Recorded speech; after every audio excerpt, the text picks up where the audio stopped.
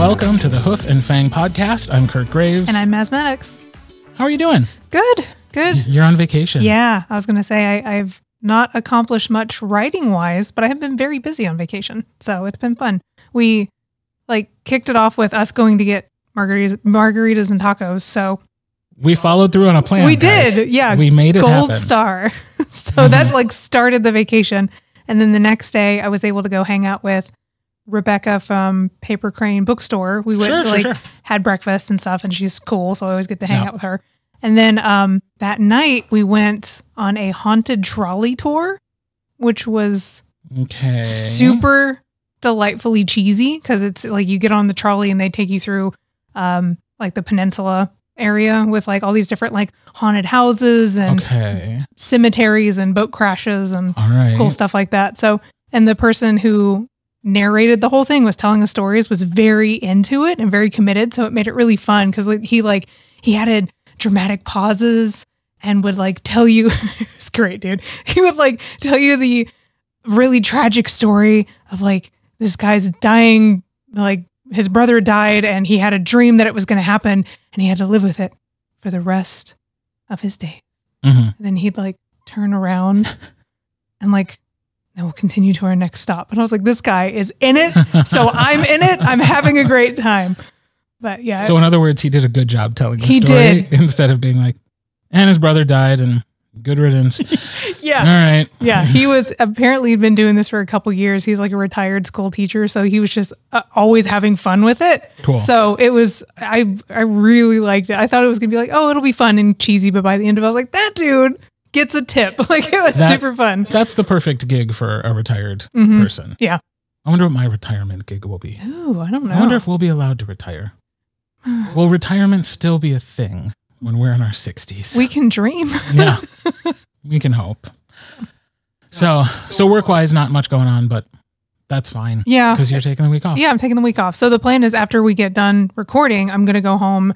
I got a new docking station for my computer. So I'm hoping I'll get it all set up with these monitors and be super productive for the rest of the week. But nice. We'll see. We'll see. It is vacation. So, but what about you? What have you been up to? I am working on the second of my 2 holiday novels. Excellent.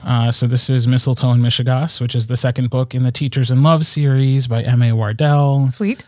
Teacher of the Year, had a lot of really lovely attention earlier in the year, and he's already out with his follow-up. Nice. The Holiday Romance. And I'm co-narrating it with my friend Mark. Awesome. Who is just he's perfect for this part. Yeah. And so it's been nice. And it's also great because I'm recording second. Oh, okay. So I have the advantage of, I'm also producing it. So Mark sent me all of his stuff. So I have the lovely advantage of in between every chapter, I can go listen to a little bit of him and just kind of understand what he did so that I know what I'm doing is flowing seamlessly from what he did. And you usually do not have that in co-narration. You're usually working totally separately. Maybe you're emailing back and forth some character samples, but that getting to hear how he ended a chapter so that I can start the next chapter and match the tone and make it work when necessary. It's it's awesome. So good. Yeah. You never have that opportunity. So that's been really enjoyable. It's also just nice sometimes to hear somebody else working. Yeah. When you're a narrator, you never really get to hear somebody else's product before it's a finished product. So that's cool. So yeah, I've been having fun with that. And then as soon as I'm done with that book tomorrow, I leave for another wedding. That's right. You have dual weddings. So the second one is my friend from high school, Stephanie, and I'm officiating the wedding. Cool. So this weekend I also had to write a wedding speech. Oh my gosh. And then I have to deliver the wedding speech. Have you done that before? Okay. I've officiated one other friend's wedding. In both cases, they are like me, type A, and they wrote most of the wedding. So I just have to read what they've crafted. Okay. But in both cases, I had to do a reflection. So, and added pressure because Stephanie was the officiant at our wedding. Oh, wow. Okay. Yeah, that is pressure. A phenomenal job. Yeah. And it's well, fuck. how am I gonna live up to that? Yeah. Well, I'm sure you do a great job. I'll let you know next week. I was going to say, if I come in and you're just like clearly upset, I'll be like, oh, I'm good. So the nice thing is she is marrying a lovely man who was born in India. His family now lives in Dubai. Okay. But they are doing parts of a traditional Indian wedding as well. Okay. So there are actually 3 ceremonies, and I'm doing just the one. Okay. Just the American one. Gotcha. So even if I completely screw up the American ceremony, they had 2 other ones that hopefully went perfectly. Great. Yes, exactly. Okay. Now, if we get to Sunday and the other 2 went poorly, I will be panicking. Yeah. Yeah, it's could go either way, I guess, but I'm sure all of it will be fantastic and fun and wonderful. Fingers crossed. Yeah. It's been a long time since I had to write something that people are actually going to witness. Yeah. So other than an email. Yeah. So, but yeah, so that's what I've got on my docket. Very busy. Oh yeah. And so when I come back next week, I can give you the wedding report. Excellent. Yeah. We'll have to ask and maybe do a recap for the next episode. I'll put it in the outline. Yeah, there you go. Yeah. Perfect. So again, transitions sometimes are hard. So do you have a segue into what we're talking about next? Hold on. Let me see if I can figure out how to tie a wedding into a prison. Okay. Ooh, spoiler. Well, tiny spoiler. Well, sometimes getting hitched is like going to jail. There you go. Segue. As we talked about last week, we opened up submissions for our audiobook production side, and we released Gardens and Ghosts a couple weeks ago. By the time you're hearing this, it is no longer a perk of membership if you join at the Dear Listener level. Right. So you will have 10 days after the release of a book to join and still get that latest audiobook. Otherwise, your membership counts towards the next one. Right. So just FYI, if you're going to hop in and join, you should still join.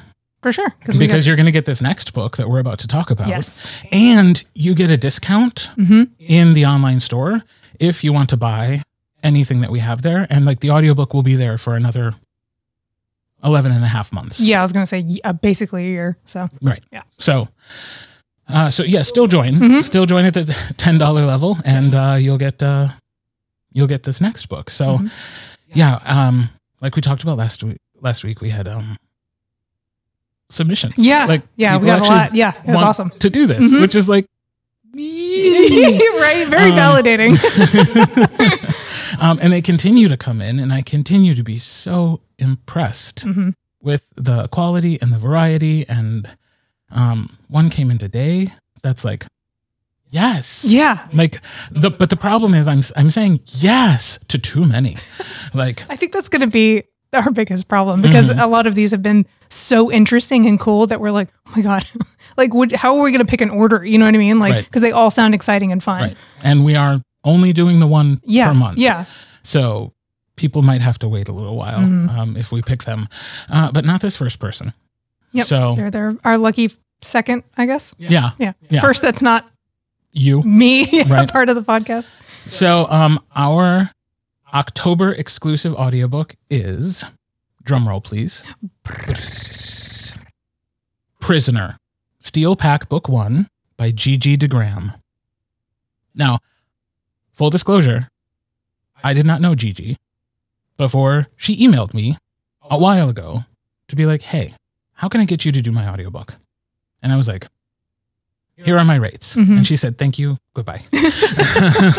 Know the struggle. I know the struggle. And again, totally understand that. It's not in the budget for many, many people. Right. But I was impressed with the writing, and I was intrigued by the story and the blurb.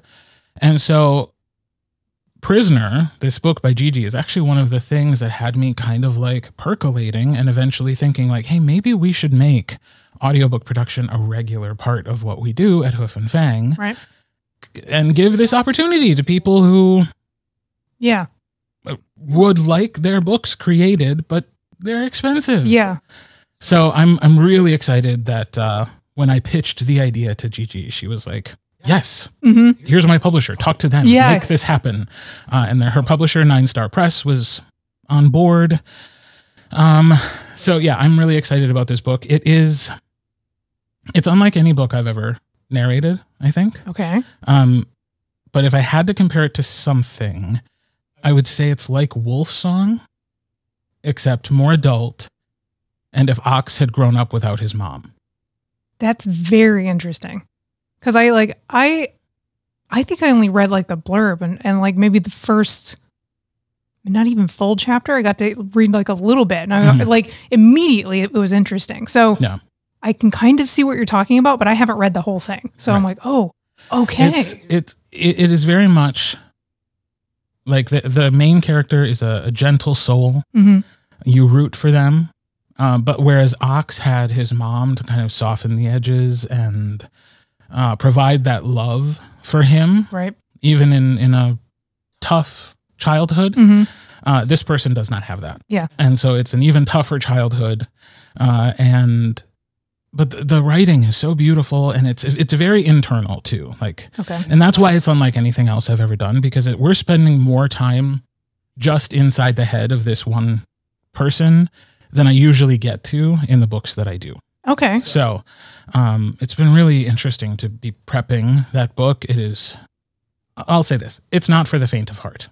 So this one will challenge, but it is really compelling.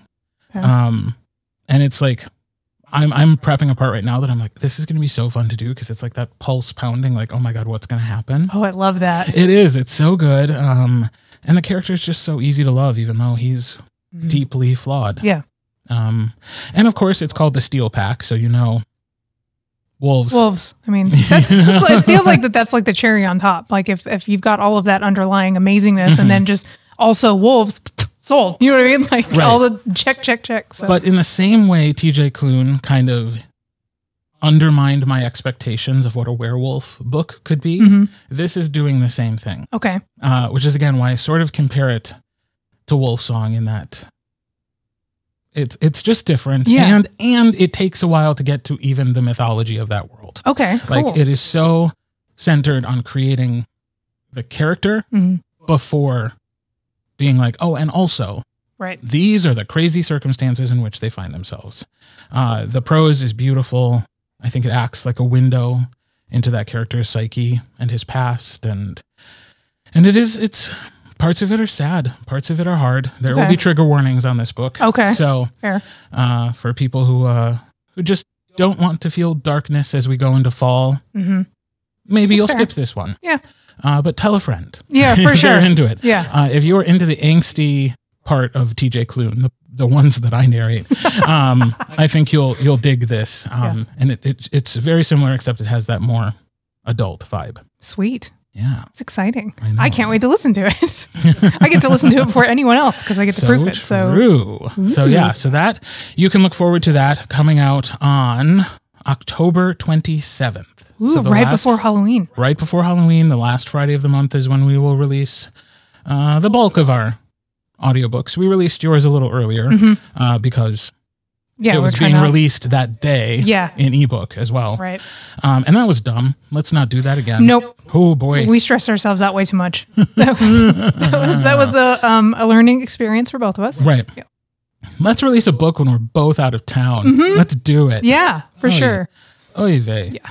So that's very exciting. I'm really looking forward to both recording it and putting it out in the world and seeing how people respond to it. Yeah.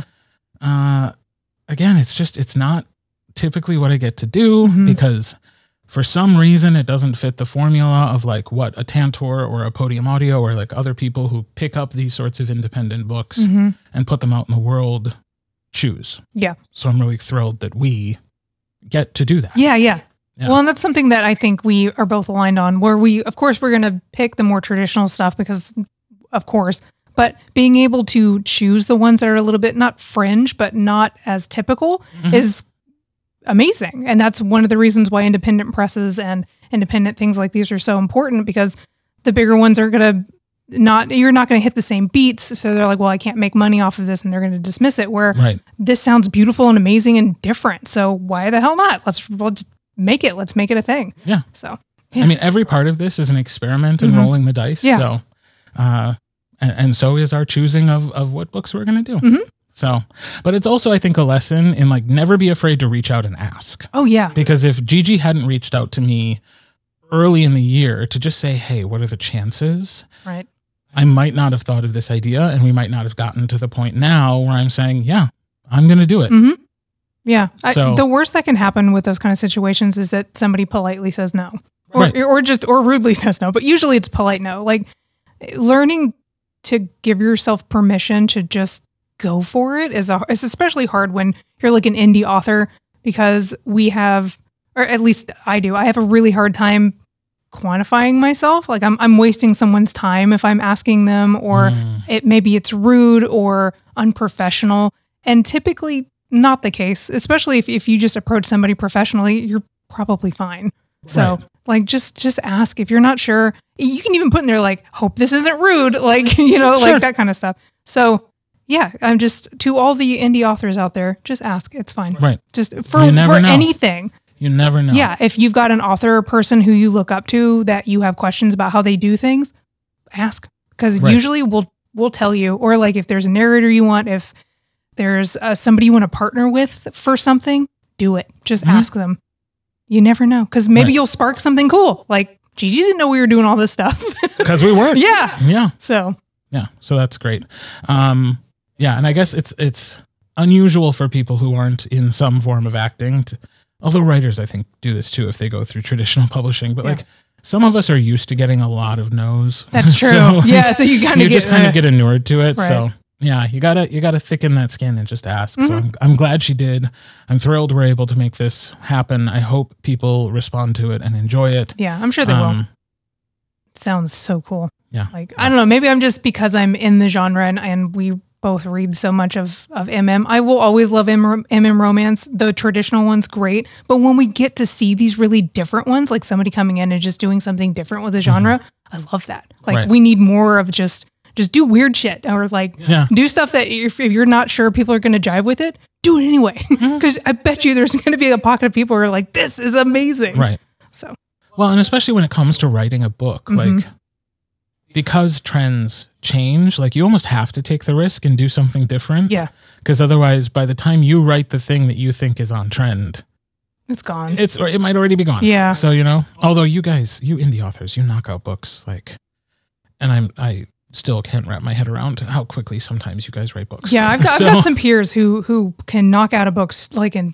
2 months or something. And it's like start to finish getting it edited 2 months. And I'm like, it's intense. It's amazing. We've talked to authors on this podcast. I don't think we've aired that part of our conversations, but where they're like, oh yeah, this book is coming out on this date. And I start writing it next month. And I'm like, wait, you've released the date that it's coming out? That's insane to me. That's insane to me. But it's all part of their plan. Like, and they have it all mapped out.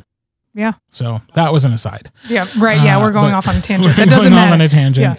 Yeah. We love authors. Please keep sending us your books if you want me to narrate it. Yeah. Because it could happen. For sure. You never know. And once again, I would say if you want to have some influence in that decision, help us make these decisions. If you're not already, go join our Patreon as a free member, and you'll be able to participate in the polls when we put that out. Yes. Yeah, that'll be later down the road, but we do have that planned.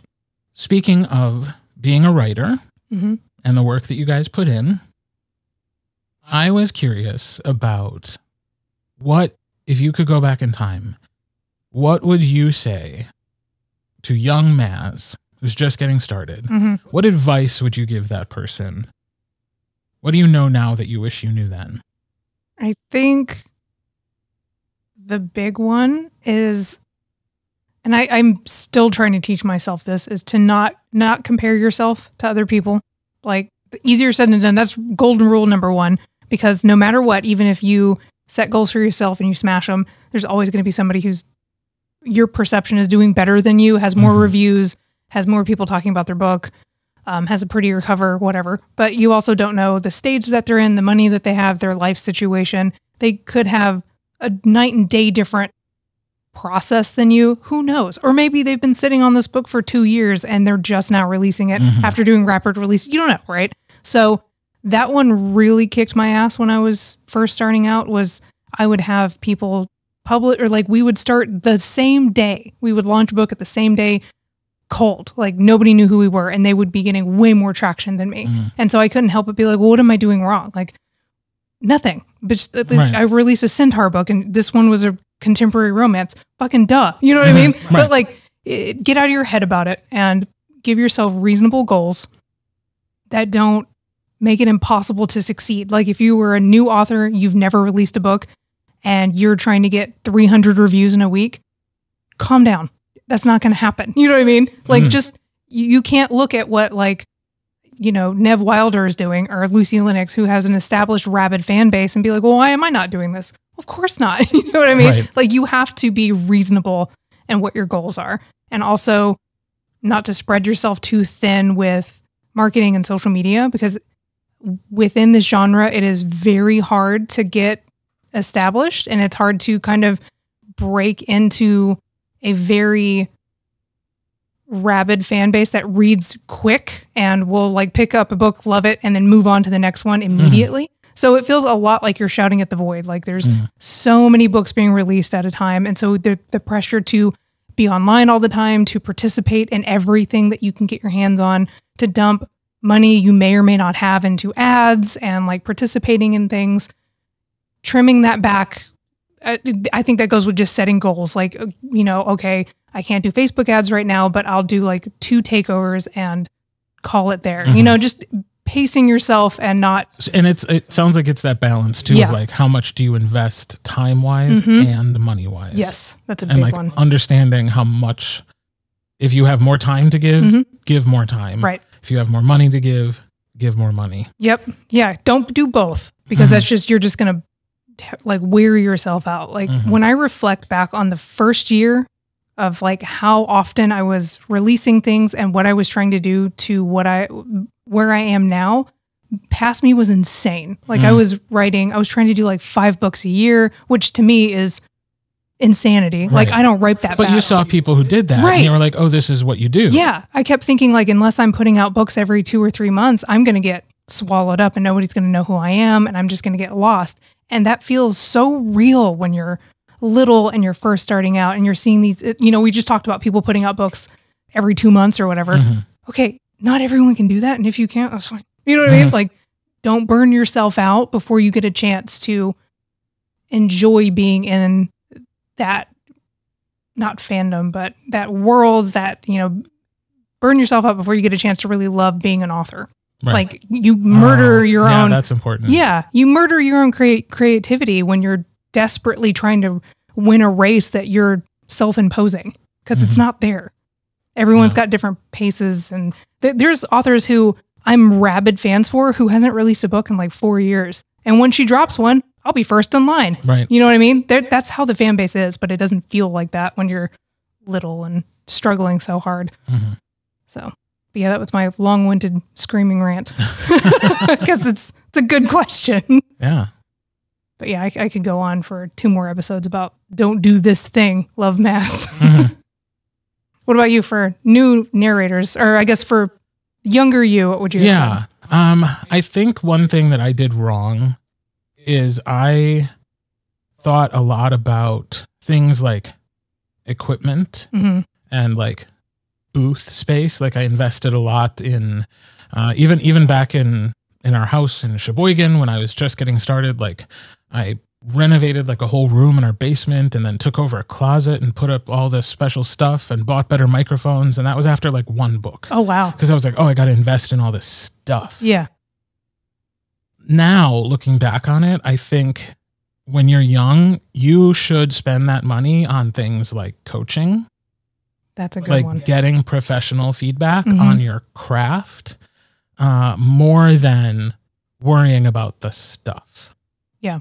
Because a good microphone can't fix a bad performance. That's true. And we've talked a little bit about this on the writing side too, that like in the conversation about like making an audiobook and where to invest your money, like a good audiobook won't fix bad writing. Yeah.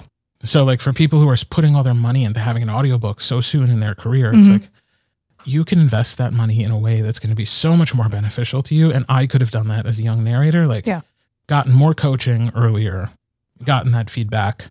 And not just about performance stuff either, because you can also get like business coaching. Oh, yeah. Take classes on like how to market yourself. Like these are all things that are really important that I just didn't see the value in early enough. And looking back, I'm like, oh, I should have actually, that would have been the thing. Yeah.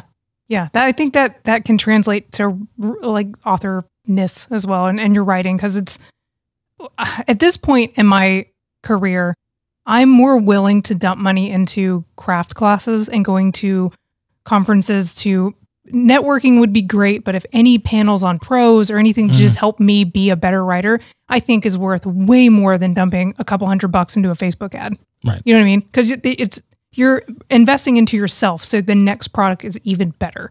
So yeah, that's great advice for anybody starting out new on anything. Really, no matter what you're doing. Yeah, it translates.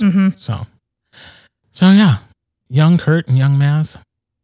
Sorry. Yeah, you can't actually use that advice. But if you're like us, yes, and you're listening, that's our advice. So, we this week got the chance to talk to Aelina Isaacs, also known as the author Noah Hawthorne, and so we get to talk to them about their Adventures in Levena series, which is the series that I narrated the first book for them in that series. Nice. They're also the author of the steampunk fantasy Take Me to Ivorborn series. And here's our conversation with Aelina Isaacs.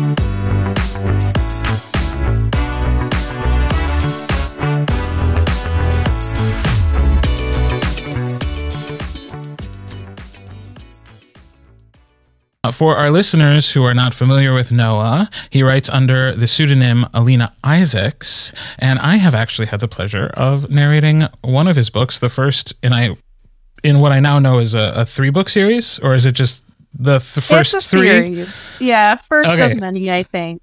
So, and thank you very much for having me here. I appreciate it. Yeah, I just know from your intake form, I was like, oh, there's another book. It's coming. So, so that was great to know.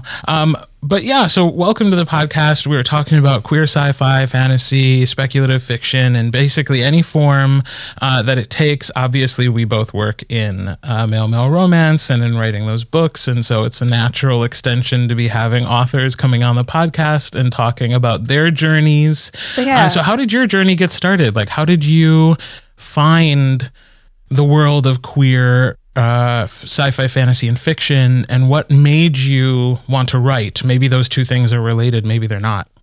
Yeah, so I've always been interested in writing since I was younger. I was the kid that was reading 4 grade levels above, the gifted kid burnout kind of thing. But I read ACOTAR. I had stopped reading for a while, grew up, had a kid, and life happened. So then I read ACOTAR, and it was okay, but I was just like, I was really missing the diversity in it. So I was like, I can write a fae book. I used to write books. I wrote them when I was younger. And that was when I wrote The Eternal Machine, which is, fae. And it's very hetero passing because I was nervous. It was the first time I ever did anything like this.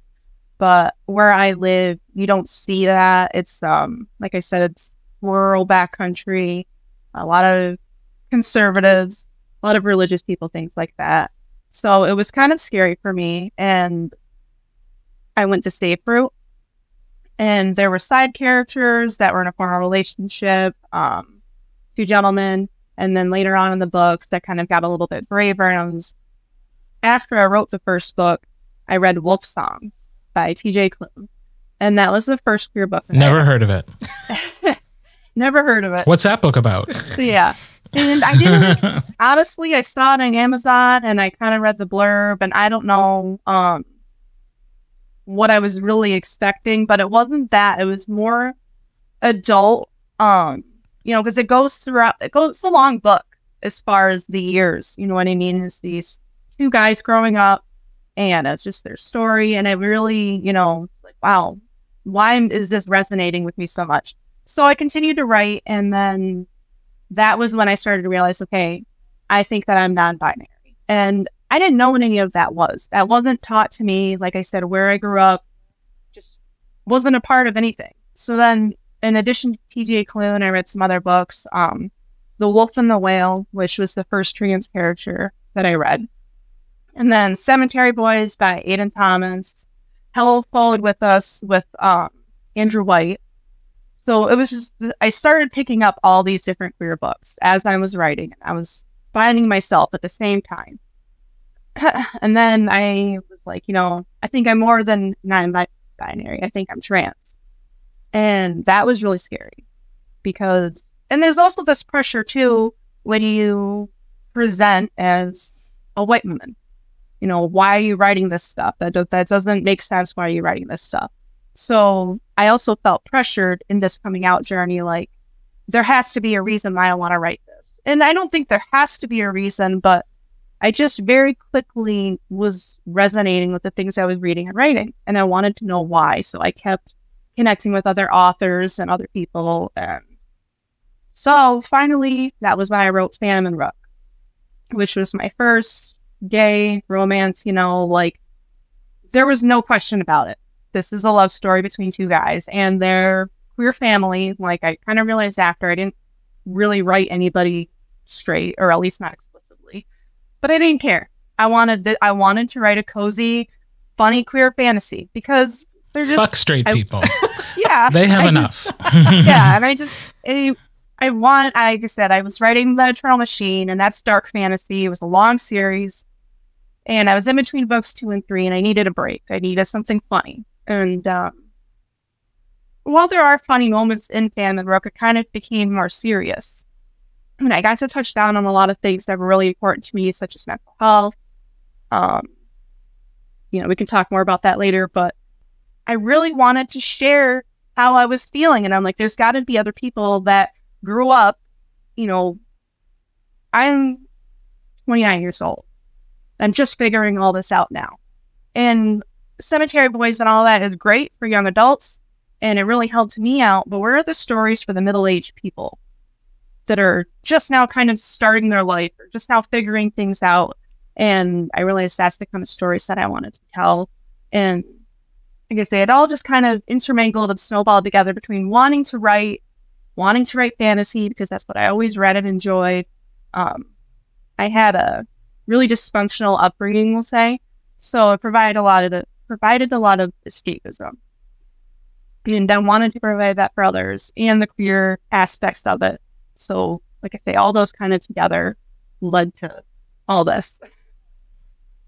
I can definitely relate to figuring out yourself a little bit later in life. Like, one of the things that I got out of my journey with reading MM romance and eventually starting to write it is that I didn't realize that I was queer until I think about the same age, like tipping into 30 is when I was like, oh, I think I like girls too. That's weird. Like, you know what I mean? Like, it was one of those kind of things that I don't think I allowed myself to really take that walk until I started reading queer romance and fiction and things like that. So, but yeah, to your point, there's a lot of amazing YA out there for like kids trying to figure themselves out, but there's not a lot of like, hey, I'm 37 and maybe I don't just like dudes. Like, I love that you're trying to make those stories for those adults to be able to kind of like navigate that, but also immerse into a cool fantasy world, because I would love to have a character figuring out their sexuality, but like in a steampunk setting, like that just makes it more fun, that kind of stuff.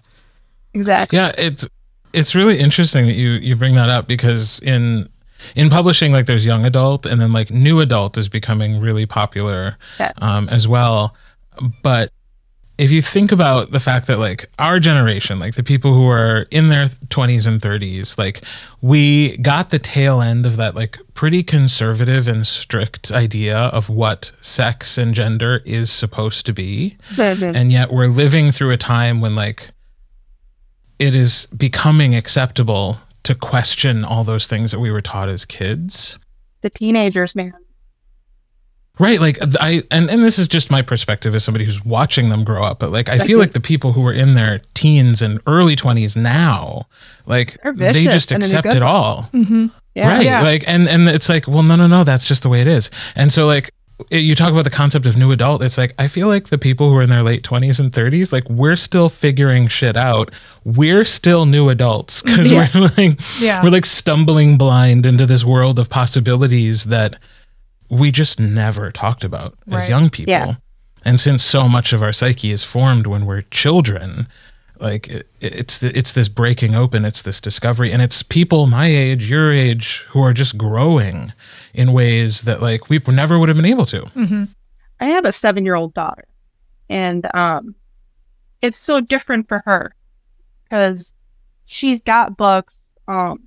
My Shadow is Purple is one, and it features a non-binary main character, you know, and a lot of she likes graphic novels. They're queer graphic novels, and they're just there, you know. It's just, and we have conversations and things like that, you know. I really try to, like, for instance, there's a girl on her bus that is in a wheelchair, and in situations like that, I'm like, you know, you don't have to go up and ask questions, you know, if you're interested. Like, you don't have to be afraid of, like, you know, it's not a big deal. And like the same, I think, with gender. She was watching a movie, Monster High, live action or something like that, and one of the characters introduced himself, "Hey, I'm Frankie. I go by they, them." It's a show intended for, like, you know, probably middle school kids, but it was just so like random, like just there. I'm like, oh my, what just happened? Like, you know, and so I didn't say anything, but later on, I'm like, hey, did you understand what they meant? Because we had a conversation similar to that too when I came out, and she's like, yeah, they like this instead of she or he, and I'm like, you know, it's just so different for them. And I love that. Mm-hmm. Yeah. Yeah.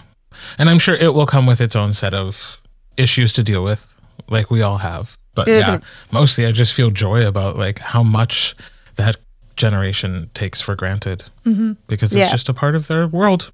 Yeah. And it's just whatever. It's not revolutionary. Like, yeah. You know? And it's just whatever. Right. She's got a whole bunch of aunts that have wives, and, you know, it's not anything for her. Whereas for us, we're still kind of dealing with that, like you said, the childhood,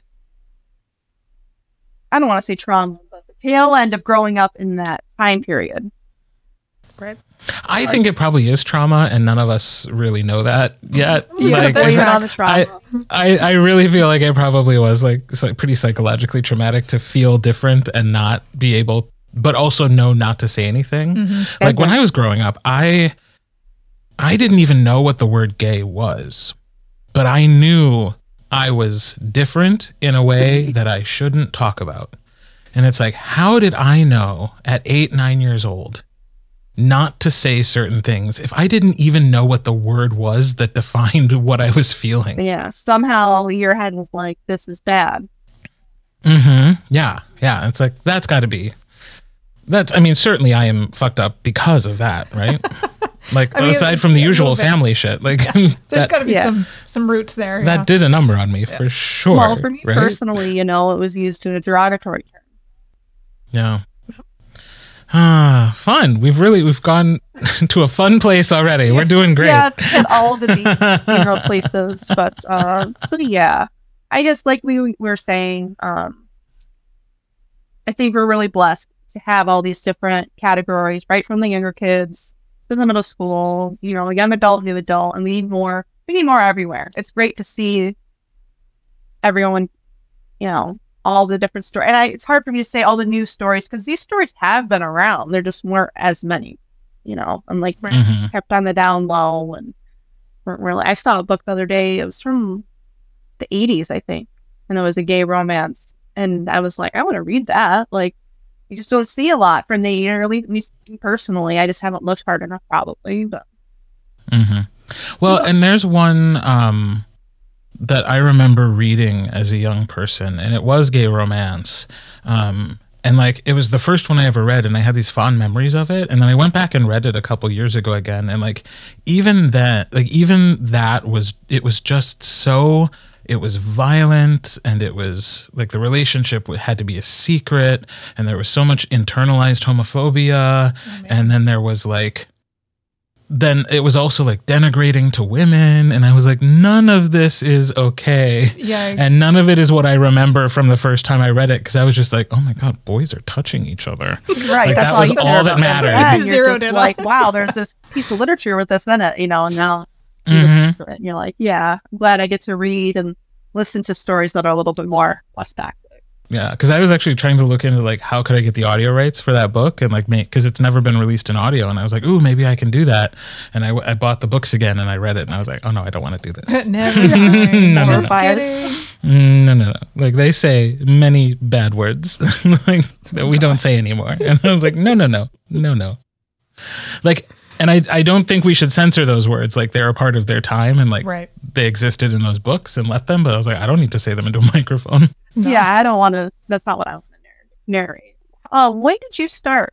I know Wolf Song was one of your first. Was it your first or your first big one? It was my very first audiobook ever. Very first. And was that like, in general, like you just decided one day you were going to do it, or is that something you always knew you were going to do? No, it was, so that was 2016, and it was at a time when like podcasting was becoming more accessible. And so I had started doing some podcasts, so I had some equipment, and then a friend of mine who I had done some theater with had mentioned that she had found this website, ACX, which is run by Amazon, and like independent authors will put their work out there, and then you can audition for it, and then they pay you to narrate a book. And I was like, oh, that sounds like fun, like a nice little fun side hobby. And I hated my job at the time, so I was like literally anything to like keep me busy so I couldn't focus on how miserable I was. So so I jumped in, and then I got lucky, and TJ Klune came along and changed my life. And so I never ever thought I would be doing this type of work. In fact, when I left high school and was going to college, my mom one day was like, I'm surprised you're not going to school for like theater or acting. And I was like, well, first of all, Mom, you could have said something about this any time in the last 12 years, like to like support me or encourage me in that. You've never said a word. But two, the other thing was just like, I was the second most talented guy at my high school in Sheboygan, Wisconsin. I was like, I don't think the second most talented person from Sheboygan, Wisconsin ends up with a career in acting. Strangely enough, here I am. So if you're one of those people out there, like, encourage high schoolers to actually like pursue the things they want to do, because turns out it is possible, even if it doesn't seem like it is the easy path. Yeah. But so it was mostly just TJ and luck and then as much tenacity as I could pour into it until it became a life. So is that how you two met? Was through your projects, or? Yeah, so I met Kirt way back in the day. I had a podcast. I think around the same time, I was also doing a podcast with my alpha reader, who best friend kind of thing, named Jess. And so we were doing a male romance podcast. And I remember Kirt reached out wanting to be on the show because you had just finished The Sumage Solution by Gail Carriger, or G. Carriger is the name for that series. And so we invited him on and just like loved him because he was fun, and we were having like a good back and forth and stuff. Yeah. And then we found Wolf Song, listened to that, cried a bunch, and then we just became like rabid fans at that point. So we connected at a GRL, I think, like the next year, in the same year, and like fast friends kind of thing. And then just one of those like weird serendipitous, just by pure happenstance, and like just being mutual friends within the industry. And then just by weird circumstantial kind of thing, my husband got a job in the same town as Kirt, so we moved from Texas to Wisconsin into his backyard just by total accident. So that's great. Now we're here. That is great. Isn't that weird? It is, but it's a good weird, So how long have you been planning this path? Is this something you've been like, oh, we should do this sometime for a while, or? Couple months, maybe? A couple months. We kind of like floated the idea, and we're both the kind of people, I think, where we're like, this is an idea, but we got to sit on it for a while until one of us is like, we're doing it, like somebody like makes the first move. So I think we finally got to that point when you like were playing around and made a logo, and we were like, all right, it's time. Let's do it. Let's do it. No. And I'm trying to be better about like not waiting until things are like totally fully formed to like just move. You know, like just make something happen and you can figure out the rest later. Like I used to do that as a younger person, and now I feel like if I can't see from A to Z how everything's going to go, then it's like crippling to start. So I really like, and and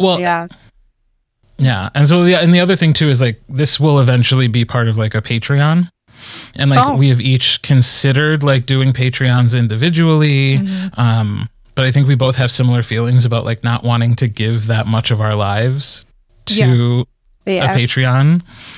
So if you're doing it together, right. Yeah, it kind of balances the workload a little bit. And it's also like, and I have no problem with people who do this, but it's just not my personality to say, like, could you give me some money just so that I can do the thing I'm already doing? Like, I feel like you have to do something extra. And so that was where a podcast came in, because it's like, oh, we can do a podcast. And then the podcast has a Patreon. And then it's not me. And I don't feel like I have to be giving so much of myself to people behind a paywall. Because like other narrators do that. And I'm like, how much of your time do you give? Yeah, that's a lot. And it already takes up a lot to do a book, I think. Yeah.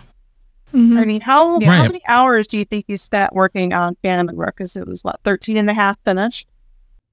Oh, yeah. Well, and you had the strange situation where, like, I had to stop halfway through because there were, like, other projects due, and I was running late because I had gotten sick the end of last year.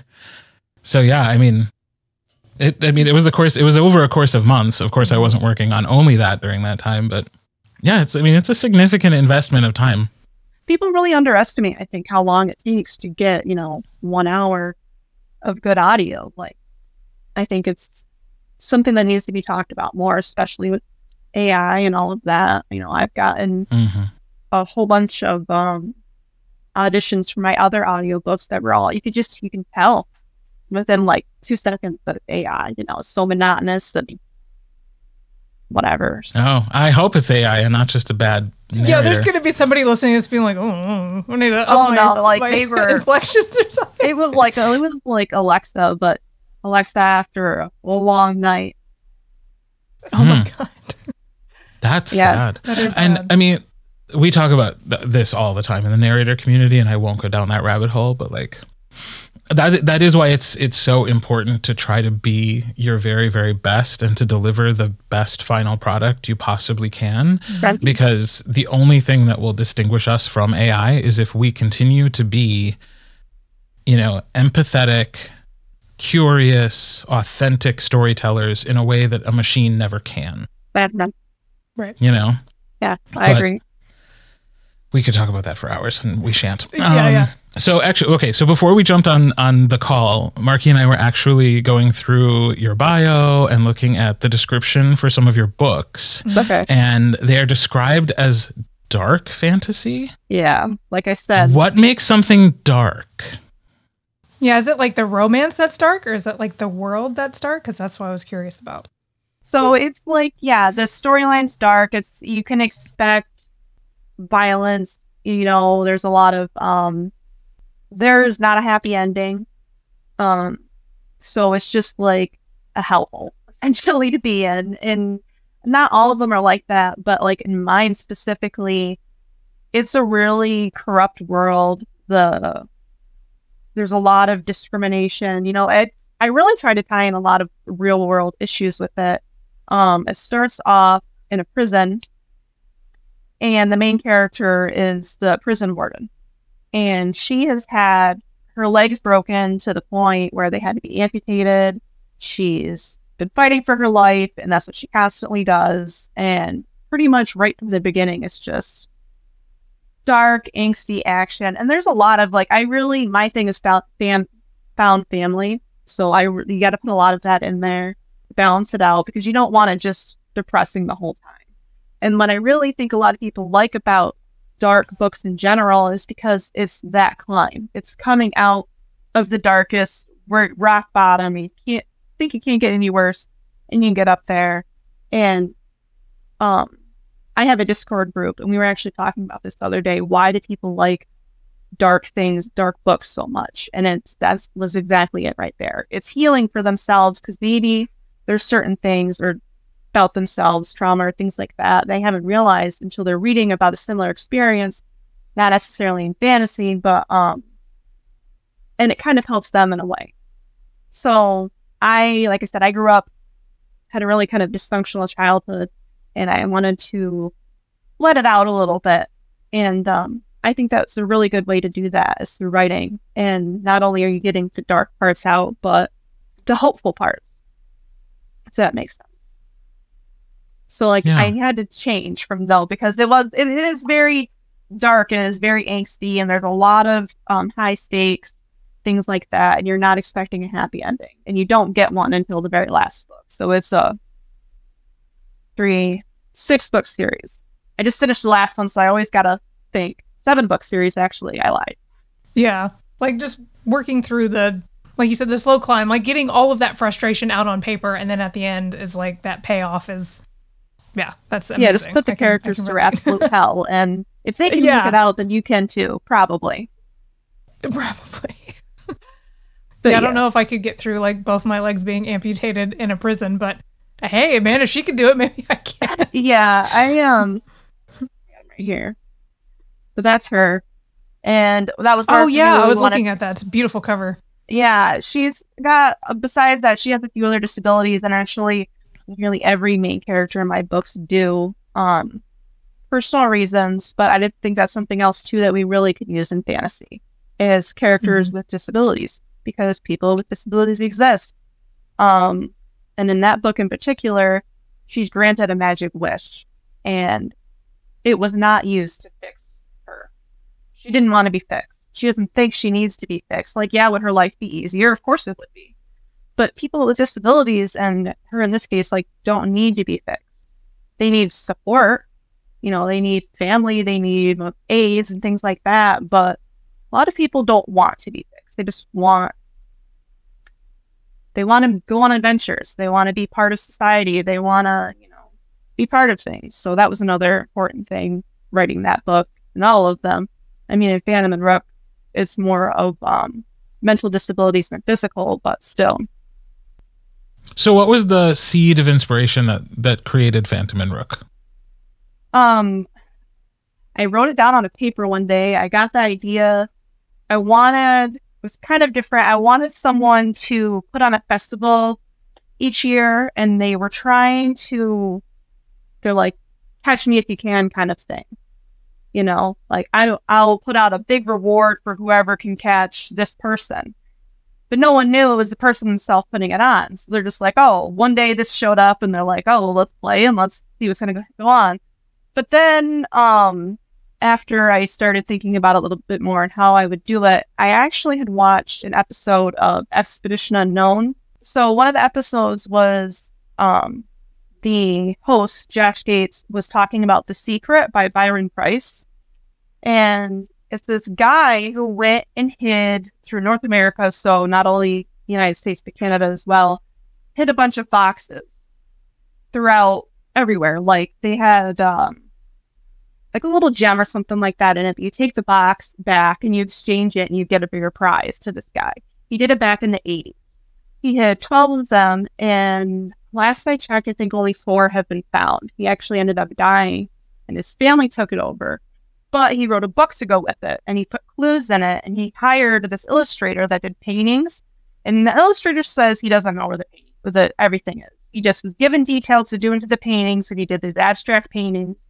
And the book went with them. So that whole idea, like going out in the community and looking for treasure, going out to these historical places where he describes in the book, and he shows in the paintings. And I just really loved that. Like, I'm really big on connecting with your community, small businesses. I did the farmers market for a while, and then I think that's something you need to do more. Go out if you can, and interact with where you live. And that's what I really wanted to, that's what I want to do in this book. But yeah, so that was, I started getting all that in my head. I'm like, okay, so what if you did the paintings, the scavenger kind of, and the festival? I'll put all that together, and it's like, okay, I've got my setting. I've got what I want it to be about. Now, who would do such a thing? And that was where I came up with Batch. And I just love him so much. He deserves the world. He's like, 10,000 years old. This is his little nook. Like, this is his little place that he can go hide away from his job and just be kind of a human, I guess. And what would happen if no one remembered you during all that time? And then what would happen if you met your soulmate? You know, it's just all these questions kept compounding together. And I was like, well, thought this was supposed to be funny. Because I really like specifically the How to Be a Normal Person and How to Be a Movie Star, the comedy in those ones. And I've got a few other ones too. Carry On was good. But I just really liked the comedy in it. And I was like, you know, maybe we could do that in the banter. And then Bob was another thing. I don't know why I hadn't have Bob in there, the cheesemaker. And I just thought that was the lovely bit of a funny aside. And I really liked Bob's story because he's this not typical guy, you know what I mean, at all. And he ends up finding love. And I thought that was really wonderful too. But yeah, it's just all these different things that I wanted. So I wanted the festival, the Thatch was a big thing. And then came in Arlo, who's the hedge witch. And he's very depressed. He kind of has that whole, I'm the retired hero. I did everything I was supposed to do. Now what do I do with my life? Like, what is my purpose? All my friends have started their lives, and it really gets to him, which it's a big thing. He does talk about his previous suicide attempt a little bit. And I've been close with a lot of people that have done that. So it was really important to me to kind of bring light to that. And especially where he talks about, you know, what I did were my choices. So it wasn't for a lack of support, people being, you know, I had everything. It still happened. And his healing process for that was really important to me. Because like I said, that whole subject is very personal to me. And I really wanted someone that made it through. You know, they kept going. So that was really important to me as well. Yeah, the whole thing, I wanted something cozy. I wanted something wholesome. I wanted something for the people later in life that, you know, like Arlo, he's learning later in life who he wants to be, how to live. Same with that. She's old and still doesn't know what he's doing or where to settle down. Back to what we were saying earlier, I just really wanted a story like that. Where does it go now? Next is Quentin and Alokian. Yeah, and I did write a novella that takes place a few days after the end, all kind of a Phantom and Rook. There's like the years between when Thatch is gone, and then the catches up, and kind of it's just like a feel-good holiday thing. It doesn't really touch on what happened. That'll be in Quentin and Alokian's book, Matt's daughter and Adrastus. You were perfect in getting all those. This is why I can't, because I get caught up on them. So we had asked you in the intake form about like some other queer fantasy that had like inspired you. Okay. And so this is the part where I go to you to like talk about geek out. Go geek out. Yeah. Yes. So he brought up that on your intake, you said that the tarot sequence was like one of your like things that inspired you. And I could like, I could see it now in the background. That's awesome. Yeah. I love these books. Can you see it? Yes. Oh, you got the cool foiled one. I'm so jealous. That's awesome. Just the Eilidon. I don't have the other ones, the hardcovers of the trilogy. I will though someday. Yeah, I need to save up, and like I missed the window when they were doing those pre-orders because I really wanted them, and then life, and I missed it. So I was like, it's so much regret. But yeah, no, I love those series. The Magic, the Found Family. Like I can definitely see why, like since you have so much of that in your writing, I can see why that resonates with you so much. But yeah, for sure. The magic system too is really good. I really love the world building. I love the author because I don't normally care. Like I just pick, well, when I used to go in the bookstore, I just pick it up and be like, oh, I like the cover. I read the first few pages and it's great. But since I started doing all this, getting on TikTok and stuff, I've been getting more with connecting on the author, the indie author who I'm supporting.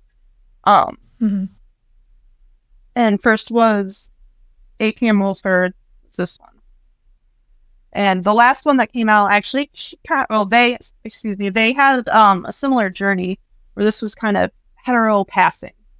And now the latest novel in their series, The Evergreen Hair, features a non-binary character. And it was kind of a similar journey, like putting your toe in and kind of coming out along the way. You know what I mean? Mm-hmm. That really connected with that. But anyway, so the author is really nice.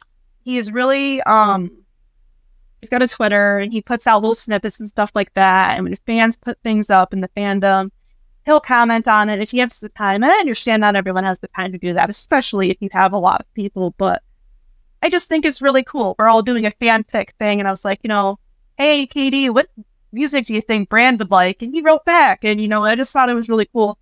And the characters are all really diverse. And I love Rune because he is this tragic little boy that has been through some really serious trauma. And he finds healing.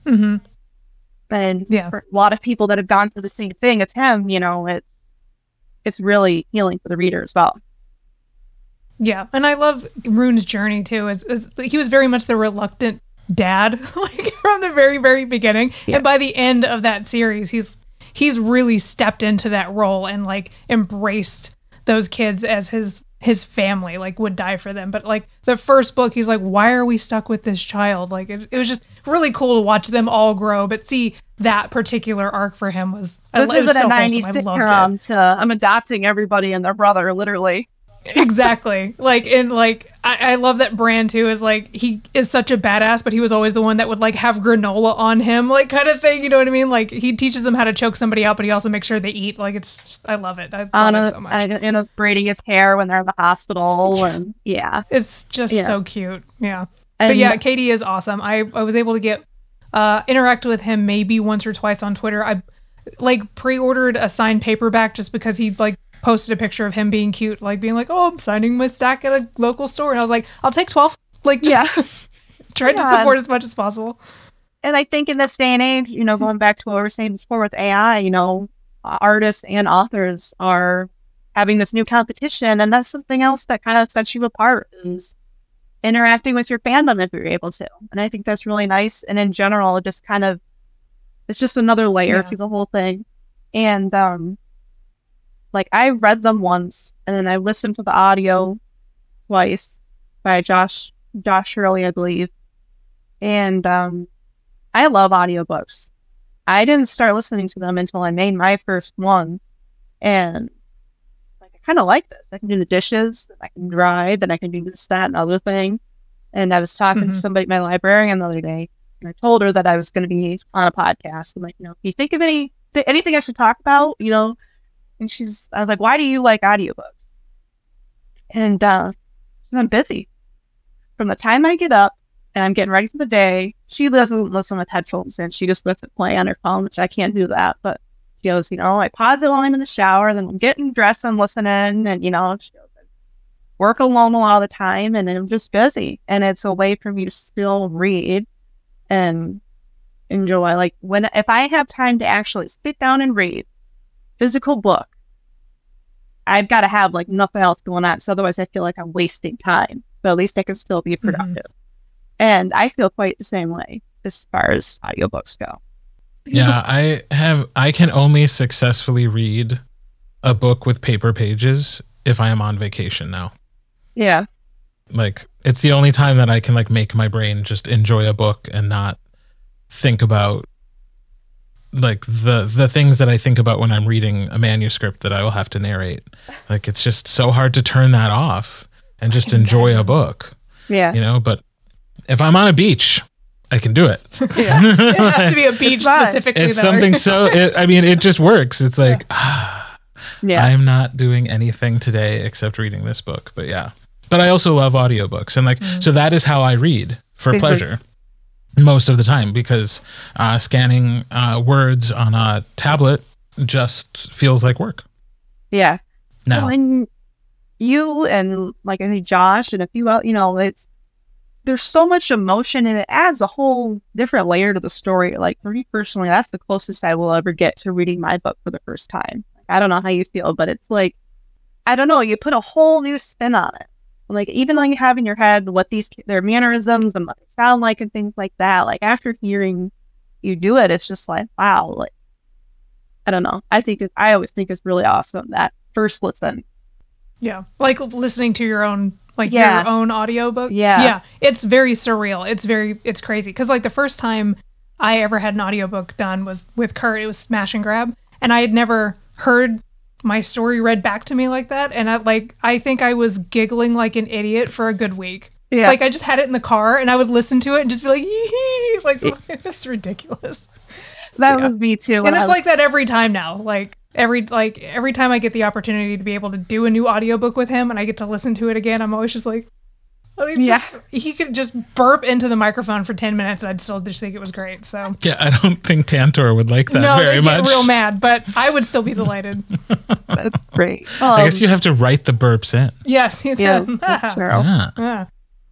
So I gotta ask, and this is for a lot of people, not just myself, Maz, what is the next book going to be about to find the Djinn? Like, there's a lot of shipping wars going on right now. I hope you know what you've done. Yeah, there's a lot of shit going on in that series. So it's going to be a continuation. So it's going to be 3 books long and or longer. I keep trying to talk her into more. Right now it's planned for 3. We'll see what happens. But this story. Mm-hmm. Yeah, this story is 3 books long. Characters can live on. Yeah. So it's going to be a continuation of some of the stuff that started from the first book. What's going to be happening with that, like with the whole all those, well, I don't want to spoil too much, but I was going to say, you are saying nothing. I don't want to be your like, words blah, blah, blah. mean nothing. Yeah. Okay, so I guess okay, spoiler alert for anybody listening. If you haven't read Find the Djinn, shame on you. But also maybe skip ahead a couple minutes. Yeah, there you go. Okay, so all those artifacts that got stolen out of Dallas's apartment, that's bad. That really ominous Oni lady that was on the island, that's bad. There's just like a lot of things that because Dallas has a problem with meddling and shit he's not supposed to, is going to explode into fuckery for the next like 2 books. Yeah. And it's gonna get nuts. And also I want to apologize in advance for the ending of book 2. Don't be mad at me. It'll be fine. That's all I'll say. It'll be fine. It'll be fine. But like my plan is I need to finish book 2 and then be like sprinting towards the end of book 3 before I release it because I need to go hide somewhere because y'all are going to be pissed. But it'll be fine. Believe me. Well, see, like there's a lot of ship wars though. Like people are shipping, you know, either Dallas, or Dallas. And now, there's a lot of like people want and then I know Harold was talking about that and I was just like, I don't know. I'm just happy to be here. I don't know what's going on, but I just love them all. Yeah, I actually had a reader made me a Team Zallis shirt and send it to me. She was like, this is me bribing you. And I was like, Jesus. Like, I mean, I'm happy that everybody is engaging with it, but yeah, I wasn't expecting the war to Wait, you didn't do that on purpose? No, I just thought it was fun. Oh. But yeah, I thought I know who I want. Yeah. I was like, oh, you know what we just fell into? A love triangle. Like, what is this? Yeah, Grumpy's fun. I also like cocky, suave people too. So I was just like, what if both? But then it's different. And then, yes. Yeah. I don't know. So, but yeah, it's going to be messy, but fun. But yeah, the ship war thing took me off guard. I just didn't expect it because I thought people didn't like love triangle. So I don't know. But hey, it's working. Yeah, I think it. They're both good in their own right. I think so too. I like them both. But yeah, I don't want to give away too much. Who do you want, by the way? Zane. Okay. Noted. But it might also just be that we get to spend so much more time with him. Yeah. I love it. You're just like... So I don't know. You know. Yes. Okay, well, I've made my opinion known. So, we were talking about for media. Emmeline Strange is a good one. Same cover artist as mine for Phantom and Rook. Well, you can't really see it really good. But that hedgehog shifter. Nice. No. Yes. That's awesome. Oh, I thought dinosaur shifters were the craziest thing I was ever going to hear. You haven't heard about the potato shifter? The what? Is that real? Yes. Did you just make that up? No, I didn't. It's real. There's a potato shifter. Potato. Oh, yeah. Potato. Yeah. Yeah. It's a thing. I haven't read it yet, but it's a thing and it's got a big old fan base. Look at his face. What? Come on. It's a thing. Yeah. It's a real thing. And I don't think it's like a jokey, like taken by the T-Rex kind of thing. Like, I think it's like a legit romance with a potato shifter. But So many questions. So many things could go wrong. Like, I can't help but think of like when you leave a potato and like on the counter too long and stuff starts sprouting from it. Like, I don't know if that comes into play. Well, I'm like, how many situations can you be in when morphing into a potato is helpful? I don't know if it's helpful, but I would often love to do that when I'm like trapped with a family member I don't want to talk to and just potato, and then they just have to leave. But what if somebody is like, oh God, look at this potato sitting in the middle of the couch. Who put this here? And then I throw it outside and I'm free. I don't know. Now you want to read it. You're asking all the questions and you're like, yeah. See, this is brilliant marketing. Whoever wrote that book was like, somebody's going to be talking about You this read the book podcast. and then we'll get them on the podcast. Okay, I'm going to write a note. So, what can readers look forward to coming up in the next few months from Aelina Isaacs?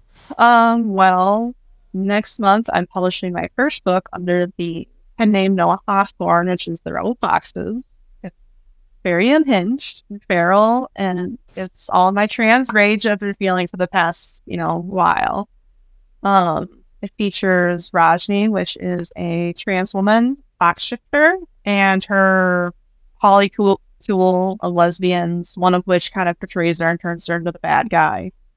And it's just, a lot of explosions. There's spray paint magic. Magic in this world is more of a mutation.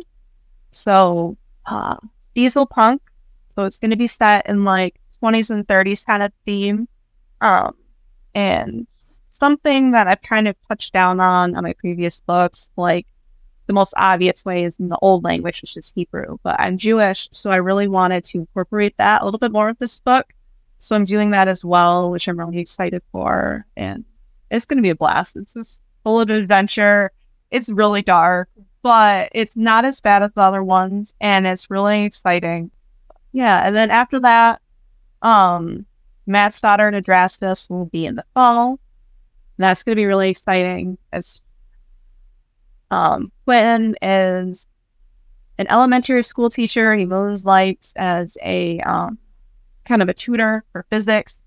And he also writes monster porn on the side, which he told everybody he doesn't anymore, but he still does because, it's fun. And then the love interest is Lokian, which is a demon, archdemon, who's like kind of the godfather in the area. And they're just two complete opposites. And it's going to be great. Like, the idiocy in the first one has nothing on this at all. That's what we like to hear. Yeah. Face palming. Just hurry up and get together already. No. Well, thank you so much for taking the time to come and chat with us. We hope you'll come back again. Yes. Thank you for having me. I had fun. Thanks for letting me ramble and get all nerdy and talk books. We always encourage nerdy behavior on this podcast. Yes. Well, it was fun. That's what we're here to do, is be nerdy and chat about books. Yeah.